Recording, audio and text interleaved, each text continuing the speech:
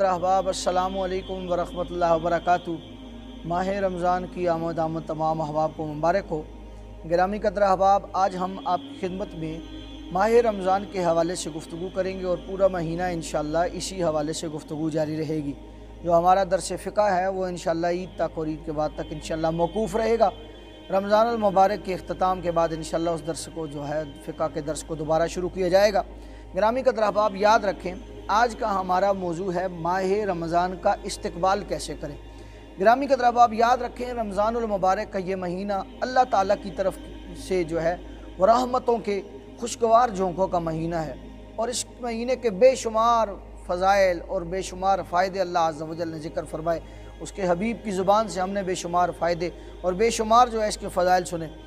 جس نے اس ماہ مبارک کو گناہوں سے محفوظ رکھا اس کا باقی سال بھی گناہوں سے محفوظ ہی رہتا ہے، اور جس نے اس ماہ مقدس کے اندر عبادتوں کی توفیق کو حاصل نہ کیا، اپنی جبین کو سجدوں سے مزین نہ کیا، وہ سارا سال جو ہے سجدوں سے محروم رہتا ہے۔ تو کوشش کی جائے کہ اس سال جو ہے زیادہ سے زیادہ لوگوں کو جوڑا جائے، رب کے گھر کی طرف لایا جائے اور عبادت میں جو ہے ان کو مشغول جو ہے مصروف رکھا جائے۔ گرامی قدر احباب، یاد رکھیں حضور علیہ السلام جو ہے وہ رمضان کے اندر دعا مانگا کرتے تھے، اور رمضان سے قبل بھی، اور ہم جس امت میں ہیں امت محمدیہ میں ہمارے اسلاف کا یہ طریقہ رہا ہے کہ وہ 6 مہینے رمضان کے انتظار میں گزارتے تھے، کہ دعا کرتے تھے یا اللہ ہمیں رمضان تک پہنچا۔ اور حضور جو ہے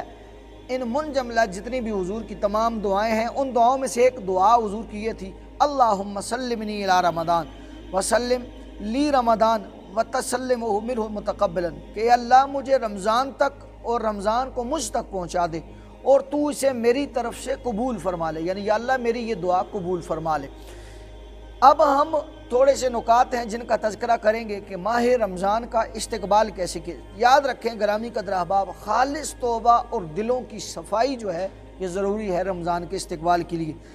حضور علیہ السلام نے 15 شعبان والی جو حدیث ہے اس میں حضور علیہ السلام نے فرمایا، فی لیلۃ نصف من شعبان یغفر اللہ عز و جل اہل الارض الا المشرق والمشاغل، کہ اللہ عز و جل 15ویں کی رات میں اللہ عز و جل مشرکوں اور کینہ پروروں کے سوا تمام روئے زمین والوں کی مغفرت فرما دیتے۔ تو گویا جو ہے بندے کے اندر سے دل سے جو ہے وہ کینہ، بغض، حسد، یہ بیماریاں نکلیں گی تو خالق کائنات کا قرب اور جو ہے وہ معیت اس کو میسر آئے گی۔ تو ماہ رمضان میں کوشش کرنی چاہیے کہ جتنے بھی پرانے جھگڑے ہوں، جتنے بھی جو ہے ناراضگیاں ہوں، جتنی رنجشیں ہوں، تکالیف اور مصائب جتنے ہوں، ان سب کو ہنس کے سہ جانا چاہیے، اور ناراضگیاں ہوں تو جو ہے ان کو جو ہے وہ احباب کو راضی کر لینا چاہیے۔ اور حضور علیہ السلام کی ایک حدیث ہے، حضور علیہ السلام فرماتے ہیں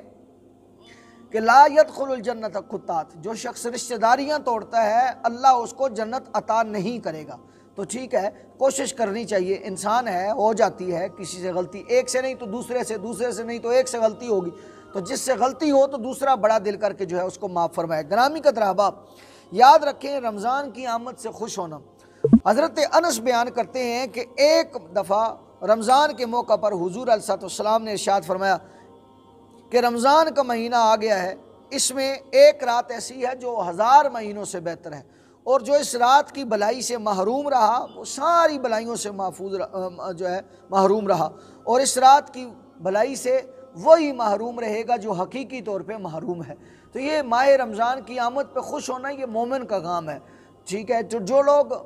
ایمان والے ہیں ان کے لیے فرحت کا سامان ہے کہ یہ ماہ رمضان جو ہے نیکیوں کی لوٹ سیل کا مہینہ ہے۔ گرامی قدر احباب، حضرت ابو ہریرہ رضی اللہ تعالیٰ کی ایک روایت ہے، اور اس کو ابن ماجہ شریف نے جو ہے میں مذکور کیا گیا ہے۔ آپ فرماتے ہیں کہ آتاکم شہر مبارک، حضور علیہ السلام نے فرمایا کہ لوگو تم میں ایک ایسا مبارک مہینہ آ رہا ہے کہ فرض اللہ عز و جل علیکم صیام، کہ جس کے روزے اللہ نے تم پر فرض کیے گئے ہیں، اور جو ہے تفتح فیہ ابواب السماء، اللہ آسمان کے دروازے اس میں کھول دیتا ہے، وتغلق فیہ ابواب الجحیم، اور اللہ دوزخ کے دروازے اس مہینے میں بند کر دیتا ہے۔ اور اسی طرح آقا علیہ السلام نے ارشاد فرمایا کہ اس مہینے کے اندر سرکش شیاطین جو ہیں وہ قید کر لیے جاتے ہیں، ان کو جکڑ دیا جاتا ہے، اور اس ماہ میں اللہ تعالیٰ کی طرف سے جو رات ہمیں میسر آتی ہے، یقیناً لیلۃ القدر جو ہے اس جیسی کوئی رات جو ہے وہ گرامی قدر احباب پورے سال کے دامن میں کوئی نہیں ہے۔ تو کوشش کرنی چاہیے کہ اس پورے مہینے میں ہم عبادت سے